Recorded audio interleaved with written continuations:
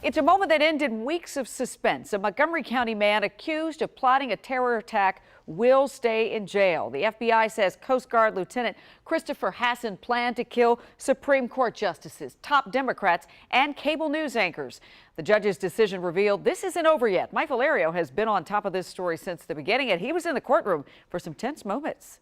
For prosecutors, the stakes couldn't be higher, showing a small arsenal in court to keep Coast Guard Lieutenant Christopher Hasson in jail. Hasson is an accused domestic terrorist and was almost released. A judge first said Hasson shouldn't be behind bars, possibly staying with his family in Virginia as he waits for trial. But a new judge today disagreed, saying the potential danger to the public couldn't be risked. The sheer number and force of the weapons that were recovered appear to reflect a very significant threat to the safety of our community. The FBI found 15 firearms in Hasson's home, and intensifying the drama today, prosecutors said 2 assault-style weapons are missing. The feds know Hasson owns the guns, but the FBI and ATF can't find them.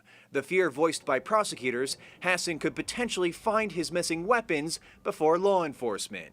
We also learned that authorities put a tracking device on his car for months, as well as cameras on his home and in his Coast Guard office.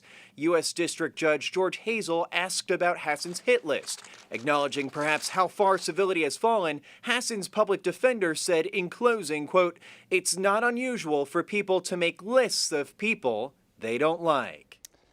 So the next step here, Hasson heads to trial likely in a few months from now. His family told us they have no comment, at least for now. Leslie? Boy, that was quite the session there, Mike Valerio. Thank you.